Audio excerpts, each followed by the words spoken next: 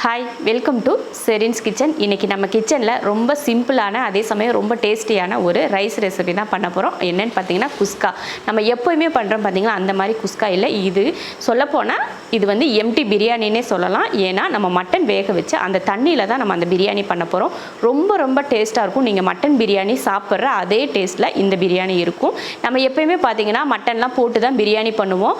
அப்புறம் கிரேவிக்கு தனியாக சிக்கனோ மட்டனோ வாங்கி நம்ம பண்ணுவோம். ஆனால் இந்த பிரியாணிக்கு அப்படி இல்லை. நம்ம மட்டன் வேக வச்சு அந்த தண்ணியில் பிரியாணி பண்ணிவிட்டு அந்த எக்ஸ்ட்ரா இருக்க வேக வச்சு எடுத்த அந்த மட்டனில் கிரேவியோ வறுவலோ எது வேணாலும் நம்ம பண்ணிக்கலாம். அந்த மாதிரி வெறும் தண்ணியை மட்டும் வச்சு இன்றைக்கி நம்ம கிச்சனில் பிரியாணி பண்ண போகிறோம். ரொம்ப ரொம்ப ருசியாக இருக்கக்கூடிய ஒரு பிரியாணி. கண்டிப்பாக நீங்கள் இந்த பிரியாணியை ஒரு முறை ட்ரை பண்ணி பார்த்துட்டு கண்டிப்பாக நீங்கள் கமெண்ட்டில் சொல்லுங்கள். அதுக்கப்புறம் வீட்டில் நீங்கள் அடிக்கடி இந்த பிரியாணி தான் செய்வீங்க. அந்த அளவுக்கு ருசியாக இருக்கக்கூடிய ஒரு பிரியாணி தான்.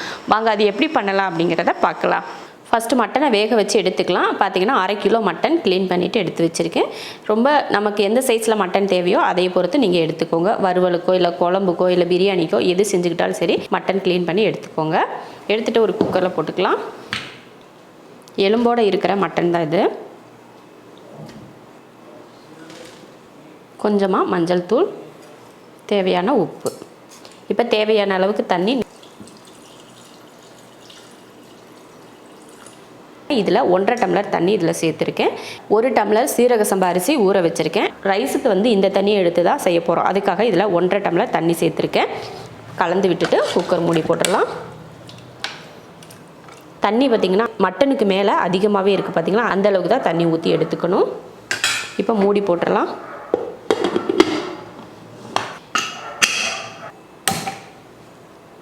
அஞ்சு விசில் விட்டு ஆஃப் பண்ணிக்கலாம். மட்டன் வேக வச்சு ஸ்டீமெல்லாம் இறங்கிருச்சு.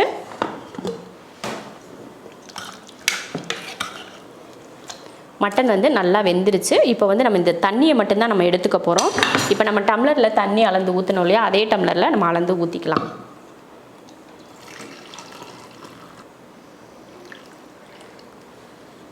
இப்போ மட்டன் வேக வச்ச தனியை நம்ம வந்து ஊற்றி வச்சுக்கலாம்.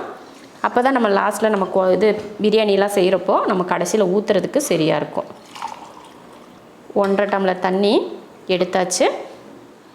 மட்டன் வேக வச்ச தண்ணியை 1.5 கிளாஸ் மட்டும் நம்ம தனியாக எடுத்து வச்சிட்டோம். இப்போ மீதி இருக்கிற இந்த தண்ணியோட இந்த மட்டனை எடுத்து வச்சிடலாம். இது தனியாக ஒரு ரெசிபி நம்ம செய்யலாம். இதுக்கு அடுத்த வீடியோவாக இது என்ன ரெசிபி பண்ணுறேன் அப்படிங்கிறத நான் போடுறேன். இப்போ ஸ்டவ் ஆன் பண்ணி தாளிச்சிக்கலாம். குக்கரில் தான் பிரியாணி பண்ண போகிறோம். இப்போ எண்ணெய் ஊற்றிடலாம்.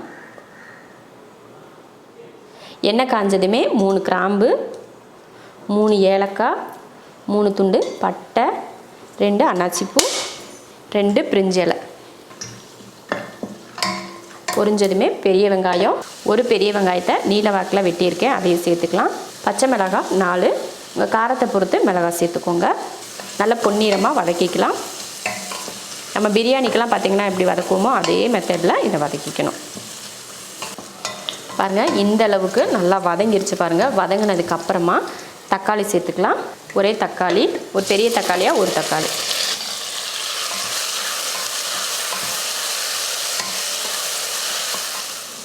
தக்காளி போட்டு நல்லா வதங்கிருச்சு. இப்போ வந்து இஞ்சி பூண்டு பேஸ்ட்டு சேர்த்துக்கலாம்.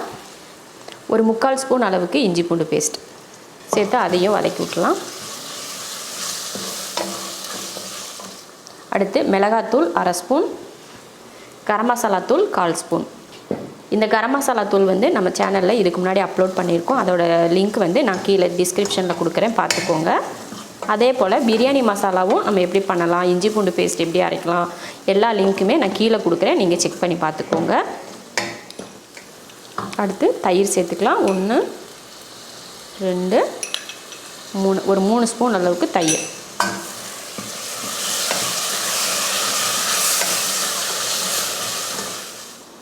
அடுத்து ஒரு 1/4 லெமனையும் புழிஞ்சுக்கலாம். நம்ம பிரியாணிக்கு என்னென்ன மெத்தட்லாம் பண்ணுவோமோ அதே தான் இதுலேயும். எல்லாமே போட்டு நல்லா ஒரு நிமிஷத்துக்கு கலந்து விட்டுடலாம். கலந்து விட்டதுக்கப்புறமா நம்ம கையில் ஒரு இந்த மாதிரி எடுத்தால் ஒரு கையளவுக்கு இருக்கிற மாதிரி புதினா மல்லித்தலை அதையும் சேர்த்து கலந்து விட்டுறலாம். அவ்வளோதான், மசால் பூரா போட்டாச்சு. இதுக்கு மேலே மசாலா எல்லாம் எதுவும் இல்லை, அவ்வளோதான். இப்போ இதில் தண்ணி சேர்த்துடலாம். நம்ம மட்டன் வேக வச்சு எடுத்தோம் இல்லையா, அந்த தண்ணி 1.5 கிளாஸ் இதில் சேர்த்துடலாம்.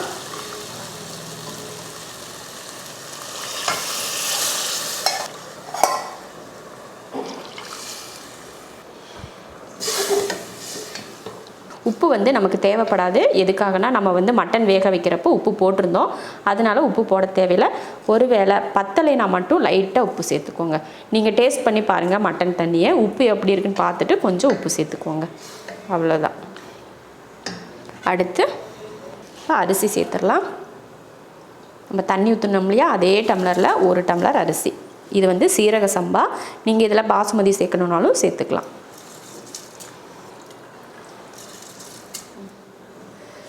இதை கலந்து விட்டுறலாம். ஒரு கொதி வரட்டும், அதுக்கப்புறமா நம்ம குக்கர் மூடி போட்டு விசில் போட்டுக்கலாம். நல்லா கொதிக்க ஆரம்பிச்சிருச்சு பாருங்கள். இந்த டைமில் நீங்கள் உப்பு கூட சரியாக இருக்கான்னு பார்த்துட்டு உப்பு போடுறதுனா உப்பு போட்டுட்டு இப்போ குக்கர் மூடி போட்டு மூடிடலாம். மூடி விசில் போட்டுடலாம். ஹை ஃப்ளேமில் 2 விசில் விட்டு ஆஃப் பண்ணிக்கலாம்.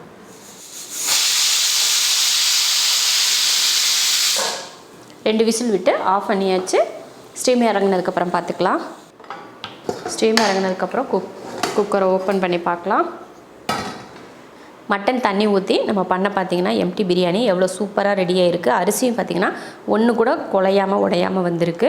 இதே மெத்தடில் நீங்கள் பாசுமதியில் கூட பண்ணலாம், ரொம்ப நல்லாயிருக்கும். அதே போல் நம்ம வீட்டில் செய்கிற நம்ம டெய்லி சாப்பாடு பண்ணுவோம் இல்லையா, அந்த அரிசியில் கூட பண்ணலாம், அதுவும் ரொம்ப நல்லாயிருக்கும். ஆனால் மெத்தட் வந்து இதே போல் செய்யுங்க. மட்டன் வேக வச்சுட்டு அந்த தண்ணி எடுத்து நீங்கள் பிரியாணி பண்ணால் நிஜமாகவே நீங்கள் மட்டன் பிரியாணி சாப்பிட்ற அதே ஃபீல் இதில் இருக்கும். அந்த மட்டனை வந்து நீங்கள் வறுவல் இல்லைனா குழம்போ கிரேவியோ இது எது வேணாலும் நீங்கள் செஞ்சுக்கலாம். இதுக்கு சைட் டிஷ்ஷாக வச்சுக்கிறதுக்கு எம்டி பிரியாணியும் ஒரு கிரேவியும் ஆச்சு. நீங்கள் நார்மலாக எப்போயுமே வீட்டில் குஸ்கா பண்ணுவீங்க, அந்த குஸ்காவில் இது போல் மட்டன் தண்ணியை நீங்கள் ஊற்றுனீங்கன்னு வச்சுக்கோங்களேன், ரொம்ப சூப்பராக இருக்கும். நீங்கள் இது பிரியாணி சாப்பிட்ட மாதிரியே ஒரு டேஸ்ட்டில் இருக்கும். இதே போல் நீங்களும் மட்டன் தண்ணியில் பிரியாணி பண்ணி பார்த்துட்டு எப்படி இருக்குன்னு சொல்லிட்டு கமெண்ட்டில் சொல்லுங்கள். பிடிச்சிருந்தா லைக் பண்ணிவிட்டு ஷேர் பண்ணிவிட்டு நம்ம ஷெரின்ஸ் கிச்சன் சேனலை சப்ஸ்கிரைப் பண்ணி பக்கத்தில் இருக்க பெல் ஐக்கானை கிளிக் பண்ணி வச்சுக்கோங்க.